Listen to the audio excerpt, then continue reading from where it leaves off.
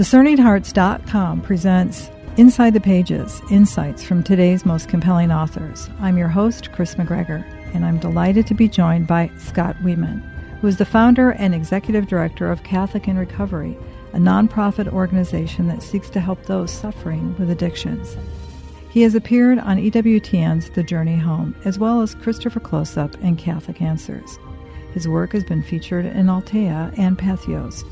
With Scott Wieman, we go inside the pages of The 12 Steps and the Sacraments, A Catholic Journey Through Recovery, published by Ave Maria Press.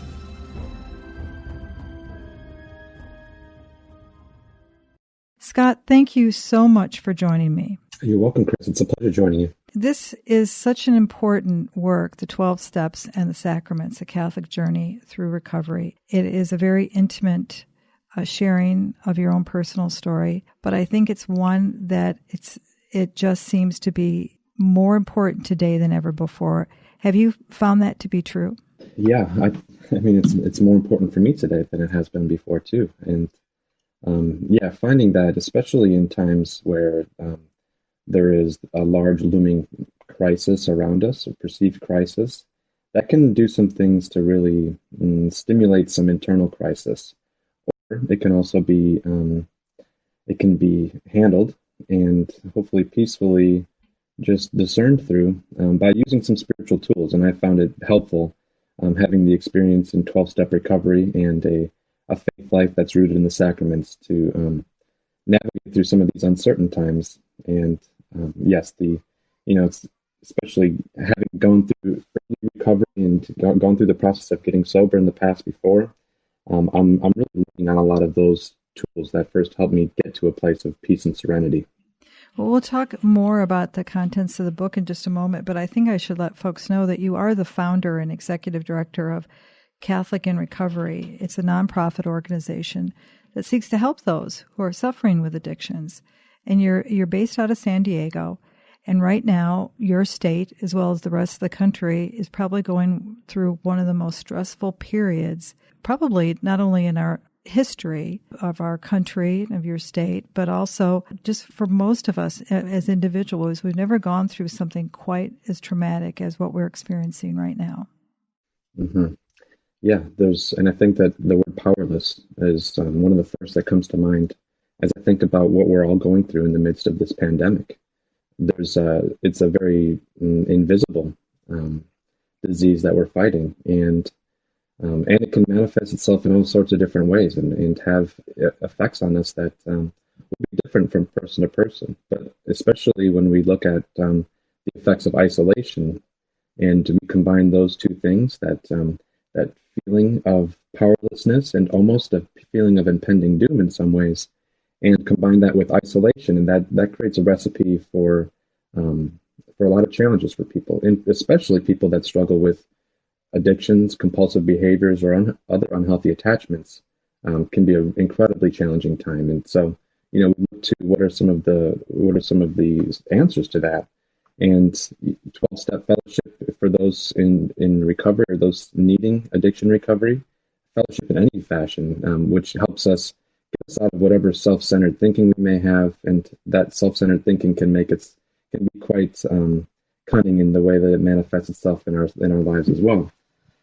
So, yes, we've been working very hard in Catholic in Recovery to provide hope. Really, is what we're looking for, is that hope through powerlessness, which is very similar to the journey that we take in our own personal adventures through addiction recovery. We enter into this fellowship with, in the midst of this clear powerlessness that we're in the midst of, and what we need is hope, and to get out of the isolation that's fueled that powerlessness. And so, when we in this current state of affairs can align ourselves with people who give us hope, or we can even share the hope that we've encountered ourselves, I think that puts us in a good position to just one day at a time, handle whatever might come our way. It is difficult enough to recover from addiction, and of course, it comes in so many different forms. But to recover during normal times quote unquote normal, because we know that there's no such thing as truly normal, but in a period where there's a relative certainty, to try to maintain that recovery during extraordinarily stressful periods can be quite a challenge, can it? Yes, it can. And yeah, you're absolutely right. Recovery in and of itself, in normal conditions, whatever that looks like, is not an easy thing. It's really challenging. And add to the fact isolation, or even, I think, we look for reasons to not have to change in some ways. And so when we look at what are the forces that we're up against when we're battling addiction, we're looking at shame, we're looking at fear, and denial. I would say denial/secrecy, and it's easy for us to justify our own use, our own behavior, especially when there's external forces that can make it seem like we might be the victim of something. And so, yes, I can imagine that there are many alcoholic addict of any kind who are making justifications during this period of time that, well, the world around me is doing me wrong. My best solution, or maybe the only tool, or the only really response that I know, is to hide in my drinking and my drug use and my compulsive eating, and by looking at pornography, all the facets of the way that addiction manifests itself. When you're seemingly trapped in a place where you're told to stay, particularly when there's an order from the state or something like that, that feeling of wanting to run towards something becomes even stronger. And that's why there's a great concern that people who have been able to enter into a type of recovery could feel that compulsion and have to run to something, and they'll run to that addiction again. Because in the past, maybe it felt like a place to escape. Is that a fair statement? Yeah, I absolutely believe that. And I think, one thing that we should note is that the presence of an addiction in one's life is not a moral referendum of their character. Mm-hmm. And so that's, oftentimes these addictions are just they begin as coping tools to deal with whatever challenges may exist. Now, does that justify that? No. They're oftentimes really poor coping skills, but they may serve a purpose for the moment and then have long-term consequences and effects where we rely on those coping tools even when they're not necessary and even when they're not effective any longer. And so, yes, the person who is, just hiding, running, when we feel this sense of powerlessness around us, which is something that the active addict feels all the time. We do these weird things that create this small sense of control in our lives. And so acting out in our addictive behaviors, whatever that might look like, as a means to try to get rid of this feeling of anxiety, this feeling of impending doom around us. Of course, it's not a very effective way to handle it, but it's the only response. So I really appreciate the way that you describe that as just running from something. We're constantly running away from this, really probably what is the truth, running from reality, running away from honesty. And therefore, the program of recovery needs to be rooted in honesty, in taking a look. And so we begin at step one, which says that we admit that we are powerless over whatever the addiction is. Sorry about that. Our lives have become unmanageable. That's okay. Okay. Go ahead. Yeah. So that's why we start at step one, which details that we admit that we are powerless over alcohol or addiction or whatever other compulsive behavior there might be, that our lives have become unmanageable. And so that first step really calls us to take an honest inventory of the consequences of our behavior, the consequences of our actions on our emotional state, on our physical state, on the relationships around us, on our goals and dreams. And if we have the capability to be honest, and often this is helped by the accompanying support of someone who's been through the steps before as well, that can really just shred through these old patterns, that again are no longer serving us, but really just creating problems in our lives. We're talking with Scott Wieman about his book, The 12 Steps and the Sacraments, A Catholic Journey Through Recovery. And what I love so much about the book, Scott, as you have begun to demonstrate for us, is that you do connect these with our Catholic spirituality, that if you're going to run, if you feel that feeling that you got to go towards something because you're in isolation, you got to believe that you're not alone.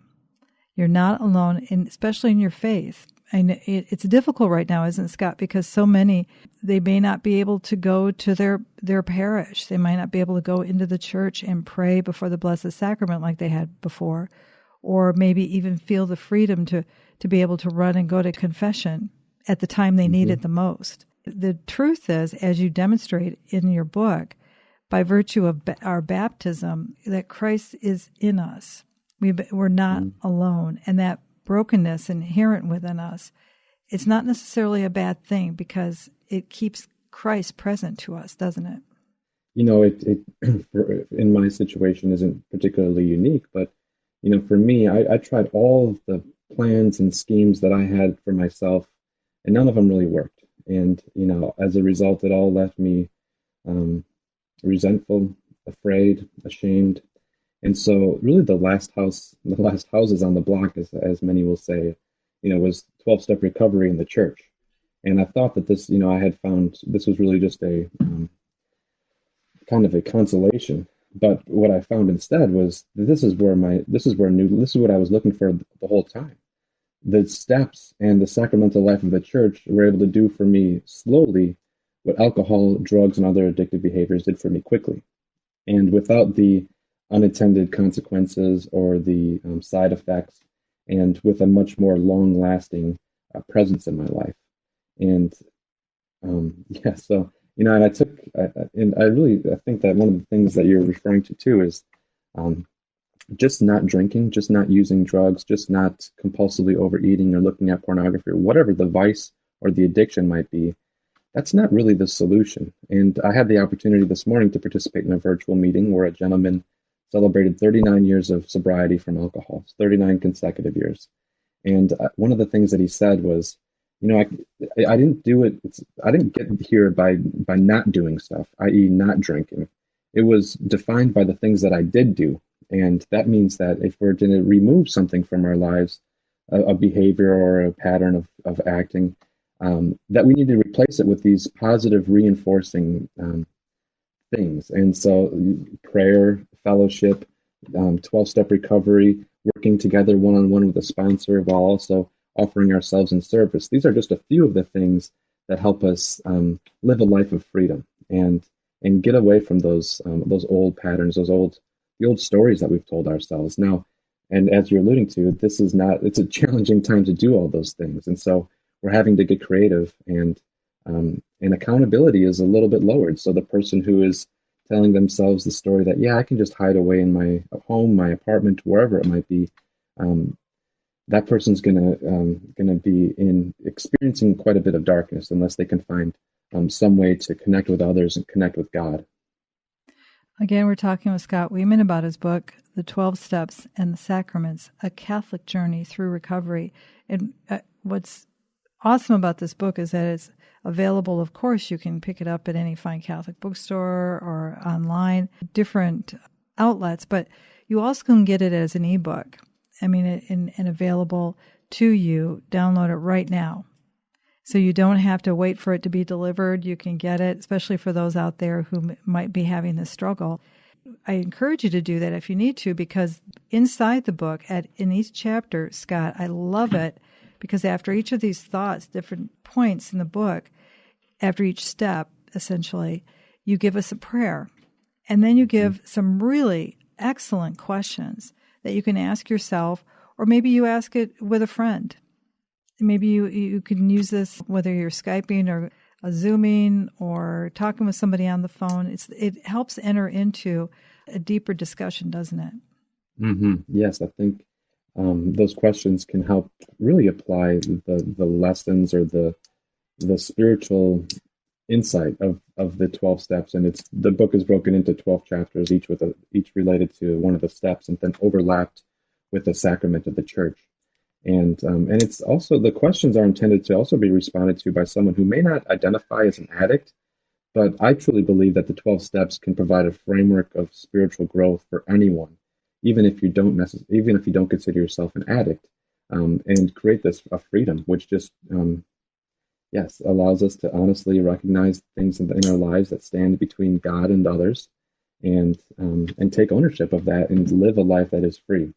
And getting back to how your initial really prompted this question is that you mentioned the spirituality that can come from that, or that comes from really relying on God to cure us, or at least bring freedom one day at a time from our addictions, has been really a blessing for me. I hear many people express themselves as grateful to be an addict or an alcoholic, and at first that was very strange to me. But now I know exactly what they're talking about. And having had to adapt to a set of tools, which are now helpful in a variety of different instances, not just applied to our addictions, but also I need to stay tethered to God in order to remain free from addiction one day at a time. And so the thing that brought me to my knees is the thing that also keeps me very close to God on a daily basis. Now, I need also the protection of all the saints, the sacraments, my fellow brothers and sisters in Christ. But I don't think I would have really been as dependent upon God in any fashion if I hadn't been brought to my knees and humbled by a variety of addictions. We'll return to Inside the Pages in just a moment.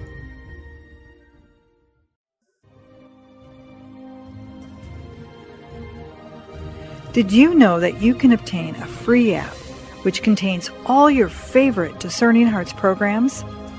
Father Timothy Gallagher, Dr. Anthony Lillis, Archbishop George Lucas, Father Mauritius Fildi, and so many more, including episodes from Inside the Pages, can be obtained on the Discerning Hearts free app. This also includes all the novenas and devotionals and prayers, including the Holy Rosary and Stations of the Cross, the Chaplet of St. Michael, and the Seven Sorrows of Our Lady, all available on the Discerning Hearts free app. Visit the iTunes and Google Play app stores to obtain your free Discerning Hearts app today.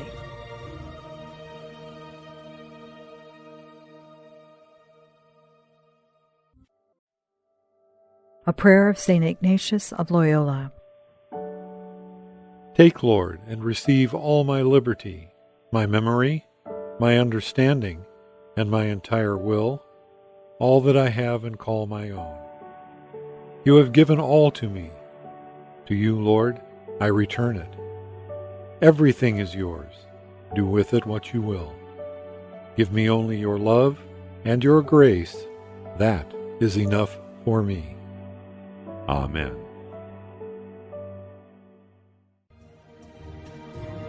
Hello, my name is Deacon Omar Gutierrez, and I want to ask you to support Discerning Hearts in a special way. We, Chris McGregor, the board, and I all know that not everyone listening can help financially. We know we have listeners from all parts of the world, and we have made a commitment since the beginning to make the truths shared through Discerning Hearts totally free. So while you may not be able to contribute financially, what you can do is certainly pray, but also give us positive reviews on whatever platform you use to listen to us. If it's iTunes, Android, Stitcher, or Spotify, however it is that you get these podcasts, or if you're on YouTube and you like our videos, please give us a good rating and write a review. The more good ratings and reviews we get, the higher our profile, and the more listeners will discover us, listeners who may have the means to contribute in the future. Please consider rating us and writing a positive review today.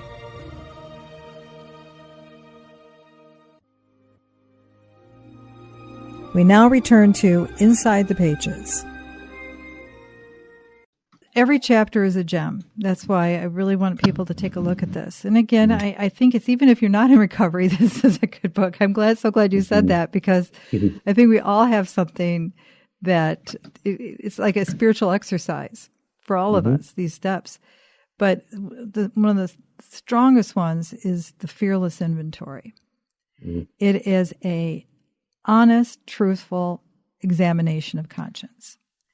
And that is good for every soul. Catholic, Protestant, Jewish, anyone. It's always a good thing. And your listing of them in the Going Further section, after you give the outline for it and talk about it. What resentments do you carry? Make a thorough list. And how do those affect your ego, your self-worth, your pride, your personal security, financial security, relationship? I mean, these are the kind of things that you have the time now to sit down and really go through those. Really take time with that. Would that be your suggestion? Yeah, absolutely. And that you're referring to the fourth step, and that's a big one. That's one where, 1, 2, 3, steps 1, 2, and 3 are really the introductory steps and get us into a place where we become honest, where we become willing, and we and just at least give assessment to our relationship with a higher power, as the 12 steps would say, and God, as we would say, and Jesus Christ and the Holy Spirit. Sometimes that, even as Catholics, that relationship needs to be readdressed. Maybe, maybe that God isn't big enough. And then we get into the fourth step, where we're prompted to take a searching, fearless, and thorough moral inventory of ourselves. And that a good way to start there is by addressing those things that we're very in touch with and in tune with. Ask me to name a list of my resentments, and once I get going, I can get going. Now, we don't just stop there. We want to take an honest look, because these are oftentimes things that we've been stuffing and shoving away or hiding from. At least in my case, this was very true. And so this, being able to first at least identify those things and then take an honest assessment of how do they impact us. That's something that we often don't even get to. We just stay at the resentment, oftentimes without even recognizing what's there. But the most important part of that is the fourth column in that inventory, if you will, which is what is my part in this resentment. And so we're not taking an inventory of other people's actions, but we're taking an inventory of what is our part in these resentments that we hold or these fears that we maintain. And that gives us an opportunity to then change the one thing that we can change, which is ourselves and or our behavior, attitude. And that really provides freedom and recognizing that, wow, look at all these, these outside factors that have had such an impact and influence on my life. I actually have some impact on either allowing those things to happen, or maybe I've played a part. My self-centeredness, my selfishness, or my ego has created this, schism in the relationship. And so that then, leads us into profound, really, I think, moves us with the sacrament of reconciliation to then sharing that with God or another human being. We would call that confession, asking God to remove whatever defects of character stand in the way of us serving Him and others. And then going and healing those relationships, a full penance, where in steps 8 and 9, we list the persons we had harmed and become willing to make amends to them all. Yeah, and those are things that they don't have to wait. Don't wait. The Catholic life is a universal life. It encompasses your whole being, doesn't it? And it's how you function in the world and your relationships. And the churches may not be accessible to us right now, the actual buildings. But we didn't receive a building, we received Christ. We go back and we rely on that. And if it gets to a point when you're going through all of this, you can make a phone call, right? I mean, you're not isolated, where if you need to talk to someone, either call and talk to a priest or arrange an opportunity to meet with someone in a safe way, but to be able to express, because that's part of it, isn't it? It's one thing to have it come to an awareness yourself, but it's almost twofold. You have to turn towards God, you have to turn towards Christ and relate to Him, but then you really do need to make the effort to relate to others, don't you? Absolutely. I think there's this tendency for many who get into recovery, either the person who is the addict, the alcoholic, however you define yourself, or the family member of them. Now, let's also remember that addiction is a family disease, I truly believe, and it impacts the behavior of everyone in the family. And so many, whether the addict or the family member themselves, will oftentimes have this idea, and I think it's rooted in some pride and ego, that my situation is certainly unique. I have this unique set of circumstances that, your solution, great, it works for you, but I'm complex. It may not work for me. And we take this idea that we're terminally unique, I've heard shared before. And that can really be damaging, because it keeps us distant. It keeps us separate from other people and from this, seeking God. Really, truly, a program of recovery whether it's from addiction or whether it's from sin or whatever it might be, is not it's not a complex program. It's rather simple. Now, it's not easy, simple but not easy. But we want to be able to adapt and develop a set of spiritual tools, and those tools include, just like you mentioned, prayer and relationship with God. It means communion and communication and connection with other Christians or non just our fellow brothers and sisters, and a variety of other things. Being able to really, set ourselves. You're right. You mentioned the holistic nature of our faith and of recovery, and that's what we want to tap into, to create a new way of life, and really, it's a beautiful thing to be able to see that happen in people. And we may not be able to go through the church doors as freely as we used to. However, it doesn't mean that the Catholic life we've been initiated into is diminished. If anything, it's even more relevant, more important than ever before, isn't it? Yeah, and I think it's been encouraging to see, the church doors are closed, but how many domestic churches are now open, and when something is taken away from us, first, I think we can appreciate the value that it has in our lives, and it allows us to get creative to seek the spiritual food that we need and crave so much. Too often we seek so many other different things to fill us of that spiritual hunger, but there are many opportunities, whether it's as an individual or as a family, for us to create and maintain relationship and to get creative in that pursuit as well. And that, I think, during these times will be honored and will certainly benefit us well.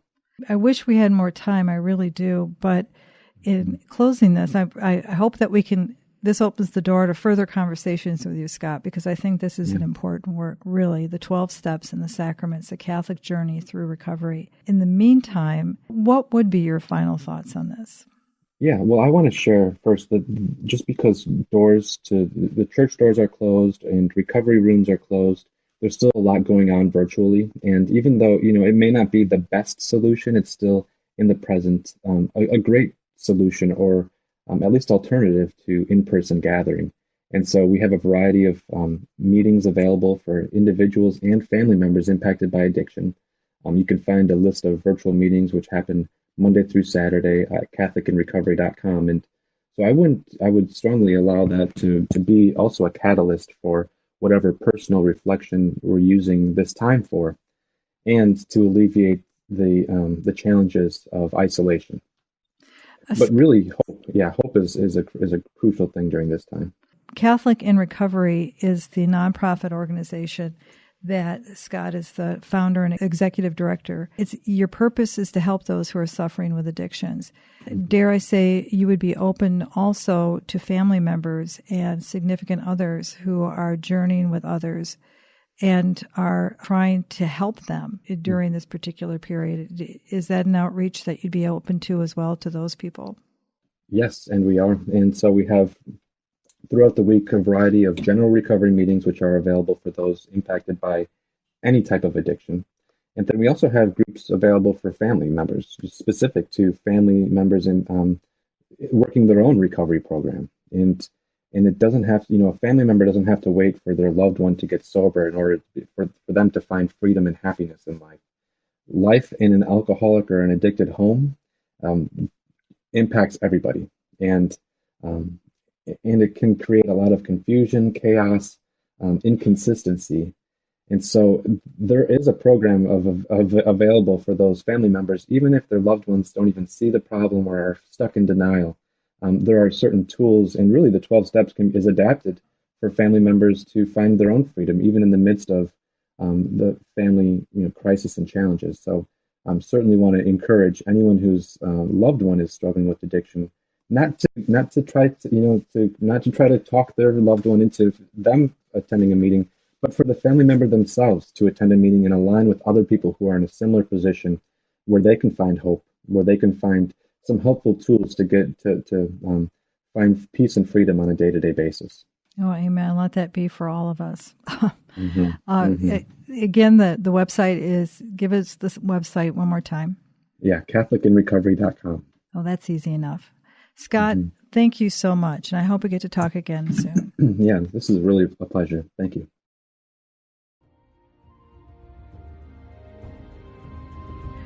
With Scott Wieman, we've gone inside the pages of The 12 Steps and the Sacraments, a Catholic journey through recovery. To learn more about this book or to obtain a copy, go to AveMariaPress.com, the website for its publisher, Ave Maria Press, or you can find it at any fine Catholic bookstore. To learn more about Catholic in Recovery, go to its website, CatholicInRecovery.com. This has been a production of Discerning Hearts. I'm your host, Chris McGregor. We hope that if this has been helpful for you, that you will first pray for our mission. And if you feel us worthy, consider a charitable donation, which is fully tax deductible, to help support our efforts. But most of all, we hope that you will tell a friend about discerninghearts.com and join us next time for Inside the Pages, insights from today's most compelling authors.